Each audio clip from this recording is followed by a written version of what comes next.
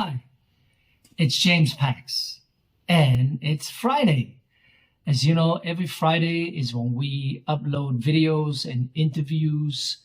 For this week, I'm going to be sharing with you an interview I did about 5, 6 months ago on a British channel called Legions of Geeks.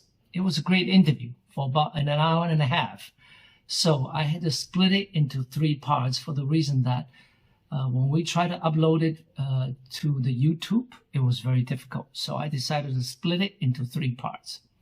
So for episode 2, it's going to be me talking about my audition with Big Trouble in Little China. That was back in the 1989, I believe. That's right, 89. And also about my experience of working with Italian famous designer Giorgio Armani. Well, for those who doesn't know Giorgio Armani he is a very famous designer that back in the 90s, he designed clothing for movies like American Gigolo, which Richard Gere starred in, and all the outfits in that movie that was worn by Richard Gere and the ladies were all designed by Giorgio Armani.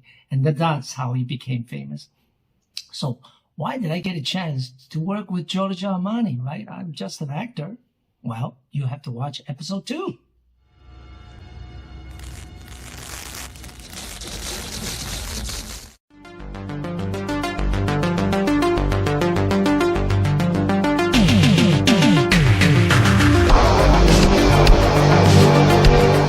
So, hello and welcome to the Geek Legion of Doom, and I'm here with Paul, who you may have recognised his voice from time to time, and you'll see him for the first time here. But we're very pleased to be joined by James Pax.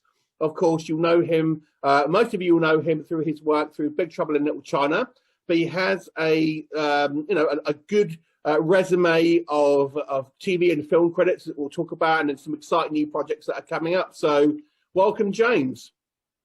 Hi, everybody. Hi, Paul and Leo. Welcome, James.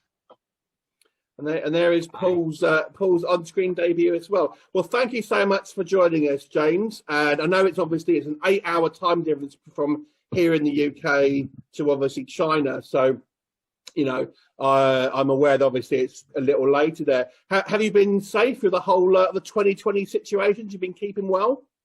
Yes. It's really 2020 is a bad year for everybody, including myself here in China. Although China has been the luckiest one, we recovered faster than anywhere else in the world. Actually, yeah, I've seen that. Yeah, you've done really well there, actually. We're in England. We're kind of going through a bit of a resurgence through it. There's been like a new strain here, so we're currently in lockdown. So this is a pleasant way to spend lockdown, chatting films like we will be in just a second. It is definitely. Fantastic. So obviously, as we said at the top, most people will know you from Big Trouble in Little China, which is kind of, I think, one of your recognisable names. And I would say, arguably, probably one of the most recognisable characters, even though obviously it didn't have a huge amount of screen time compared to like Kurt Russell, but certainly one of the most memorable characters. And can you just tell us how you first got involved in Big Trouble in Little China? Well, maybe I should start with how my acting career started. Actually, it started, I cannot remember which year, but it started in New York. And my first movie role was actually Year of the Dragon. I don't know if you still recall that wonderful film. Was directed by Michael Cimino. Yeah. He's an Oscar-winning director. And I played the assassin, the Chinese gang that killed, what's his name? Mickey Rourke's. Yeah. Mickey Rourke's character's wife, actually, in the bathroom. That was my native claim fame. Very small character. I appeared in a flash, and then I was out. I was mostly among the gangs. But the interesting on that was Michael picked me because I was not a real gang. I was a beginner actor. And if you have seen the film, everyone that played as the gangs were the gang members from Chinatown in New York. And yet I was the only one that played a gang and was not a gang member. That was interesting thing. And one other interesting factor was that I was very lucky because, you know, I started out as a very, you know, nobody. I did a couple of stage play in New York and also in Seattle, and I did a wonderful stage play called Railroad and I, 2-character play. And we were supposed to do 1 month. It extended into 3 months with great reviews. And then I went back to New York with all the reviews, and then I started to look for agent. Happened that one of the most famous agent in New York also represented, you recall, Zhang Long, who played The Last Emperor and also The Year of the Dragon, where we met. His agent picked me up. He said, "You are like the new Zhang Long. You are younger, and you actually play the same role that John played 10 years before you." He was also in the Railroad and I, and he was the director actually that originated that play. And I said, "Well, thank you. You know, I'm very appreciative." And he represented, besides with John, Kevin Kline, you name it, the most famous stage actor in New York. He represented them all. So after I did the Year of the Dragon, I was offered with 2 parts on the same week. One was General Hospital, if you remember, 30 years ago. Famous. They said they want to offer you a 2-year contract and you are a series regular. And you're going to be the maid of claim as being the first Asian male actor to be in a daytime soap opera. I said, wow, that's amazing. And then soon after, we got the offer from Big Trouble. That's how I got the role, actually. And to tell you a little more about how I got the role, I was called by the agent. He said, well, there's this big movie coming out of Los Angeles. The director, John Carpenter, want to see you himself because I gave him a big, you know, run up on you, and he really wanted to meet you. I said, okay, that's fine. And I said, what kind of part? They said, oh, there's several parts in it, but, you know, they want to meet you first and see what you can do in terms of Kung Fu, because this is going to be the first ever Hollywood-made $40 million action movie on Chinese subject. I said, that's amazing. That's something I wanted to be in. So immediately I called out my partner. You know, I was a Kung Fu expert, and I had a partner who was from China, and he's a wushu artist, and he was teaching. He just arrived in Los Angeles, didn't speak much English, so he had a little school. He was teaching a lot of kids, a lot of youngsters how to do wushu, you know, with weapons and all of that. And I was also studying with him with the Chinese weapons because I was already studying karate, Aikido, and all of that stuff. But I didn't know much about wushu, so I took some lessons from him. And then I said, you know what, there's this wonderful part that I think you should also audition, because you never know, you might just get the part. So I said, we should choreograph an incredible fight scene, because this movie is all about fighting. You and I should choreograph an incredible fight scene to impress them. You know, I've always know how to impress people when it comes to action. Sure. So we practiced for like a whole week, and then we worked out almost a 10-minute scene, from hand-to-hand combat to, you know, broadswords against, you know, all kinds of things, and spears and everything. So we went in, we slayed our names, and the director said, okay, do the thing. And we do our thing immediately. The director and everybody sitting on the casting chairs was like, amazing, this is the best fight scene we've seen so far. Excellent stuff. Soon after, I got the offer, of course, but I'm sorry to say that he didn't get the offer, maybe because he didn't speak much English. But Sure. that's how I got into it, actually. Yes. It was, So what did they? Obviously, you played Lightning, which is one of the three storms. Obviously, the kind of like the brute force of obviously the Lo Pan character played by James Wong there. So did they give you any idea about the character of Lightning's kind of backstory? What did they actually tell you he was going to be? Do you remember anything, what they kind of how they described it? Yeah, the director didn't tell me what role I was going to play because I was offered the role after the audition. And then they said, you're going to get the part of Lightning. I said, Lightning? Okay, well, whatever it is, send me the script. So I read it. I said, hey, this character is pretty interesting. But you know what? I probably only got 3 lines in it. 3 lines. I said, what am I going to do with 3 lines? Then I read it. Oh, it's action. Oh, okay. Lightning, shooting up lightnings. Okay, well, that's interesting. But 3 lines, come on, I can do better than that. I was not satisfied. I tell you, when I first was gotten the offer, I was not satisfied. I said, I should be playing the lead, which was Kurt Russell's sidekick. Yep. Yeah, that would have been great. Yeah. He had a lot more line and he was a lead. You know, I had a big heart. I said, I only want the best. Otherwise, I don't do it. But anyway, the director said, my agent said, you got to take this because this is going to open you up to Hollywood. You are now only a New York stage actor and you got an offer from General Hospital, which is good, but you need to be in Hollywood. And you want to be in Hollywood, you got to do this film. I said, fine, I do it. And indeed, after I did the film, my whole career opens up. Offers just keep coming in and things like that. So I don't regret it. But the fact is, I was definitely not happy when I got the role. Sure. I said, I should have done that, bigger role. And soon after, the movie did okay. It was $40 million budget. I think the box office was around only 40 million, which they didn't do very well domestically, but I think they did very well internationally. And then it became a cult film. Yeah. So after I only realized that my character actually was more memorable than Dennis Dunn's character, so I said, okay, that's fine with me.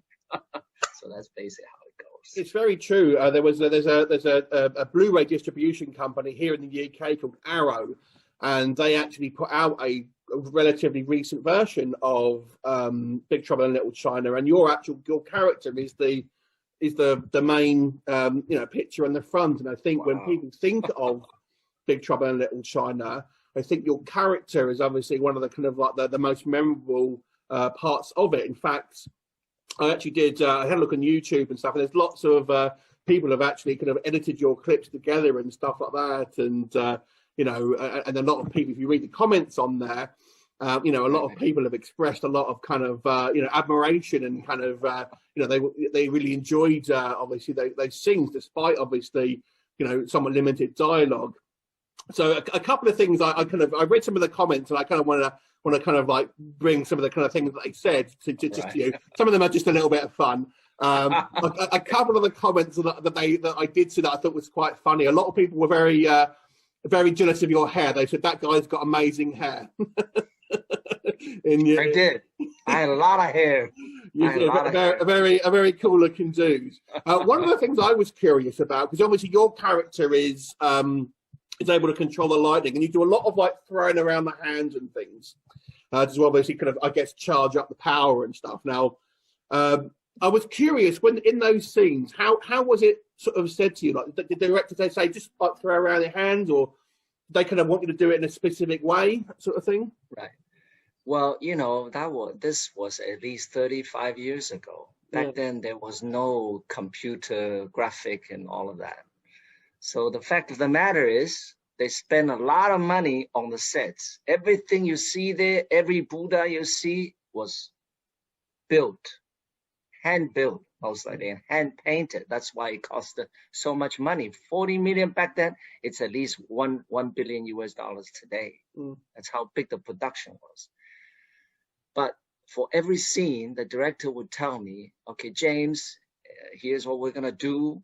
Okay, you think about something that it's gonna make your character fly.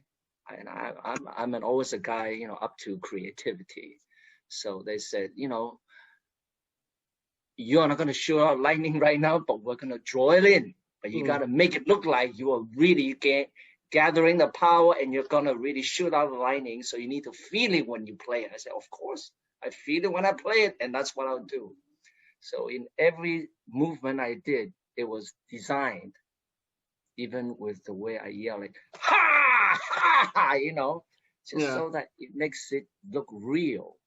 And then after they draw in the lightning, they said everything was hand painted. I said, amazing. It looks so incredible. Then I was looking through some of the footage again just the other day. You know, when he stepped into, you know, the beginning was impressive. The three guys, you know, come down to the ground, shock everybody, and then they do a flip in the air, which again, that was all for real. There was no stuntman. I had this wire on me, and then I had to learn how to squeeze my hand so that I can spin on top of this wiring, so that it all looked real. So we did it all by ourselves, actually, and how to land and all of that. But what's really impressed me more was the scene after that. I was chasing after Caruso and everybody into the tunnel. Remember, there was a scene into the tunnel. And then I was standing in this big square by myself. It was a long shot. And then I was doing my hand movement into 4 different corners. Well, the director said, now you're in this room, you're going to show your power.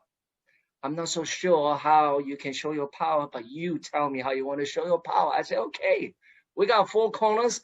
Here, John, here's what I'm going to do. I'm going to shoot it into the 4 corners, left and right, and to the back, okay? And then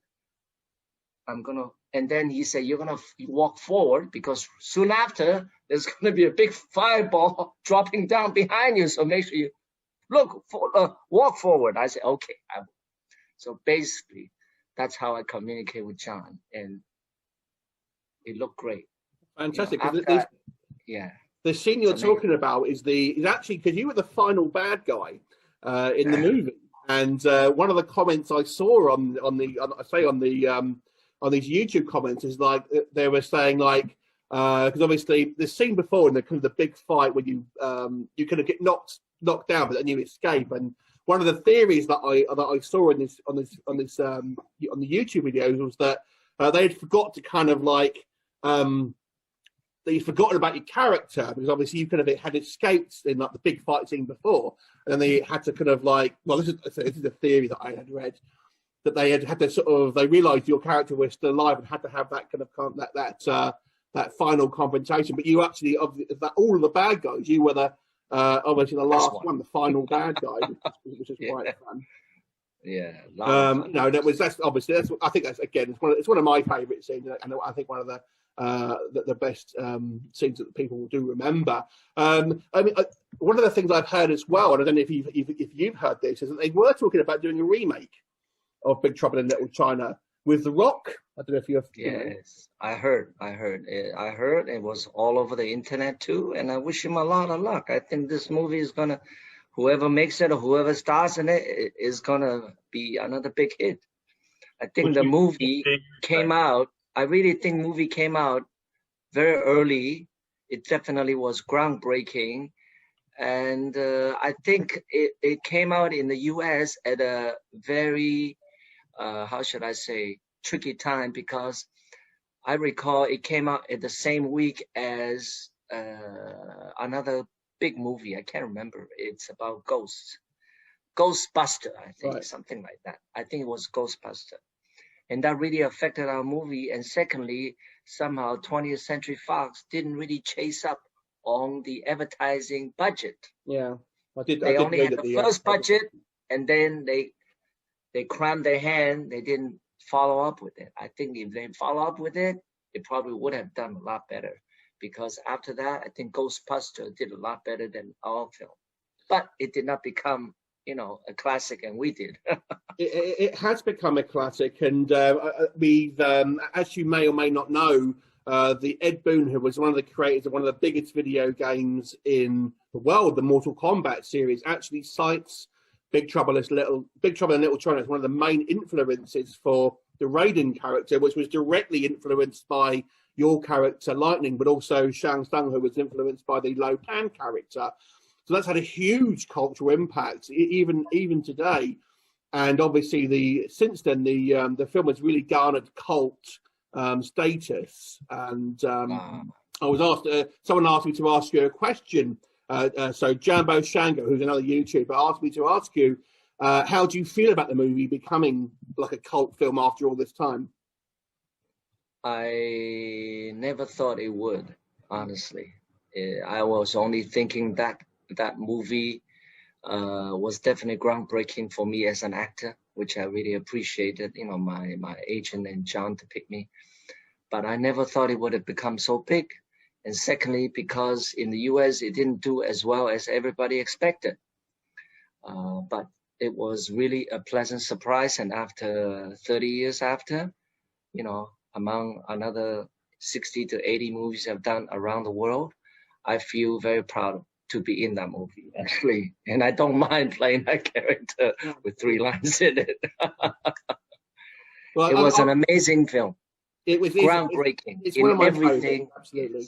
John Carpenter is a genius. You know why? Because I recall at that time, the entire world was paying still respect to Bruce Lee's incredibility and his sudden death. Absolutely, yeah. You know, and then it comes, what's this white guy's name? I cannot remember. You know, can do a split on 2 chairs. Oh, Van Damme. Van Damme. Then it came Van Damme, and that's it. Van Damme was the biggest thing. Van Damme is definitely a very handsome man, you know, wonderful dancer and all of that. But comparing to Bruce, I think there's still a gap in terms of real kung fu. I'm a man of kung fu, so I do adore Bruce. So, Big Trouble. Think about that. A Chinese story, a fantasy story in San Francisco, underground, written by a white director who probably hasn't even been to China or Hong Kong, can come up with an original story and character like this. It just blew my mind, even today. That's fantastic. You will not be able to find someone to write a character and a story like that. It's so original, and yet it's funny, you know, and make it very seriously, and it's funny. And that's what, and everything you see is not, you know, computerized. Everything is real sets. That's so amazing about it. Fantastic. Now, that leads me into a segue, talking about Bruce Lee, because I know Paul has got some questions he's been dying to ask you as well. So I'll hand over to Paul, right, who has got some questions of his own. I have great knowledge about Bruce. I know everything about Fantastic. Did you ever get to meet Bruce's son, Brandon? No. Although he was in Hollywood, but you know, we were on a different route. You seem to have grew up in the cinema the same sort of time and the same sort of age. And I just thought it'd be fantastic with Big Trouble in Little China, with the connection with Kurt Russell and John Carpenter, who, I'm sure you know, they made a lot of films before Big Trouble, so they knew each other very well. Did you, because you've got, you also did a lot of the Hong Kong productions and Japanese films, they used a lot, particularly in the early Shaw Brothers films, wire work. I think you kind of touched on it there with Big Trouble in Little China. Did they use the wire work, or? They did, but the wire work was done by a US team. It wasn't done by a Hong Kong team then, because Hong Kong team back then was not yet into Hollywood. So all the wire work was designed by John's own team of people. Okay. With some help of the Chinese Kung Fu team. There is a Chinese Kung Fu team, but they were not in charge of the wire. They were only in charge of the groundwork, you know, organizing all the extras, how to do the Kung Fu and all of that stuff, which they did very well, of course. Brilliant. Because I think Yun Wu Ping, he was fantastic with the choreography fighting. And he, again, later was adopted by the Americans and did a lot of their production, didn't he? Yes. Yun definitely. I'm not sure if Yun was there. I cannot recall. Yes, But he was there. But you know what? He did not choreograph my fight. I did everything No, on you my own. clearly did that So, stuff, and it was absolutely fantastic. I did everything. That was well. My character was my creation. Yun has nothing to do with it. But although I do have great respect for what he has done, yes. Sure. Yun definitely was one of the best stunt choreographer from Hong Kong. Yes, indeed. Yeah, absolutely. I would have loved to have seen you alongside Brandon Lee. And I was just thinking, with a connection with Kurt Russell, because Kurt Russell made a film called Tango and Cash. Really? Oh yes, yes. Sylvester Stallone. I would have loved to have seen like a sort of Hong Kong version of Tango and Cash with you and Brandon Lee, and together you could have handed out the Kung Fu bar, which is one of the phrases food bar from film. It would have been fantastic. I'd love to have seen that. Well, since now you mentioned, I'll definitely go back and watch that movie. Maybe I can write a Chinese version. I can direct it myself. That would be absolutely terrific. No, Brandon, I feel sorry for him. You know, I mean, I know very little of him. I never really met his family, but I do have a tremendous respect for Bruce. Absolutely. As a man who opened up the entire world to respect Chinese as Chinese. As you know, Chinese, they will remember the Chinese as either back then was a communist, China, Mao Zedong, or Hong Kong, and that's it, or Taiwan. And but there wasn't anybody else. I remember when I was, in school, in high school in New Jersey, New York, New Jersey, Hightstown. I grew up in New York, and I opened up Life magazine. Every year they have Life magazine. This thick. Yeah. In it, you will only find 2 Chinese men in it. One is Mao Zedong. The other one was Bruce Lee. Yeah. That just tells you how Bruce Lee was incredible and respected. And when everybody talk about Chinese, they will think about Mao Zedong, and that's it. Or Chiang Kai-shek, which was less known actually. But Bruce really took Chinese image into the entire world through his movies. Yeah. Despite people say that he's so arrogant and all of that, I say, you know what? To be in that level of kung fu, you gotta be fucking arrogant, otherwise you're not gonna make it. Absolutely. I train my kung fu, and I still cannot be as good as he is. I try to do all the moves that he does. I can do 80% of it. I walk down the street, people are gonna say, "Hey, are you related to Bruce?" I said, "No, but I love Bruce." That's how crazy I was about him too, about his moves. Yeah. But all the moves that he did was so original. The way he thinks, his philosophy, original, definitely. Yeah. He is the man that opens up the entire world to respect Chinese and the Chinese kung fu. He brought the world together. Absolutely. Yeah. And he shows the world what kung fu is all about, what taekwondo is all about. Without him, there won't be all these Hong Kong actors coming to Hollywood, that for sure. There would not be, you know what I'm talking. He was a genuine trailblazer for Asian cinema, for sure. Bruce Lee was a groundbreaking actor, philosopher, a great man. A great man. He had his problems with women, but the point is, in terms of his art, still the number one in the world. Yeah. Still, in terms of the kung fu. Did you get to see any of his films at the local cinemas? Yes, I did. I was very young, when Bruce was already on screen. I adore him, and I went to local theater to see his movies. Yes, I did. Brilliant. And he was doing all these crazy things already when I was just very young, because my parents was living in Hong Kong and I was living in New York. But I come back summertime, to spend it with my parents, and then I'll see him all the time. He's always showing his kung fu, his incredible body. He does all these incredible things. One thing that he did, I recall, he tell the host, come over here. then he tells the host coming so close to him, and he said, I will show you what Kung Fu is all about. But don't be surprised. I'm not going to hurt you. Okay? And then he go boom like this. He did not even hit him with his hand. He hit him with his shoulder, and the guy flew away, fell on the ground just like that. That's how crazy he is. That's how arrogant he is, you know? And then there was some news that, you know, some boxing guy wanted to challenge him. He said, oh, great. You want to challenge me? Anytime, I'm ready, okay? And he would talk about it in front of the TV screen. That's how crazy he is.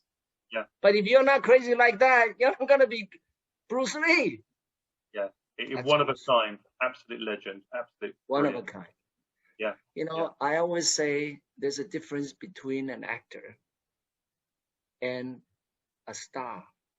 Yeah. The actors are all these wonderful actors. Stars are those who step in front of the screen, do not have to say a word. He is going to have a star aura around him, and people are going to look at him and say, what is he going to do next? Bruce is one of the stars. And again, I think the fact that everybody around the world just knows him as Bruce. You don't have to say Bruce Lee. You say Bruce, people are going to say, you mean Bruce Lee, don't you? Which is incredible. It speaks volumes. Right. Yeah. He was absolutely fantastic. He is an inspirator to me in terms of my Kung Fu.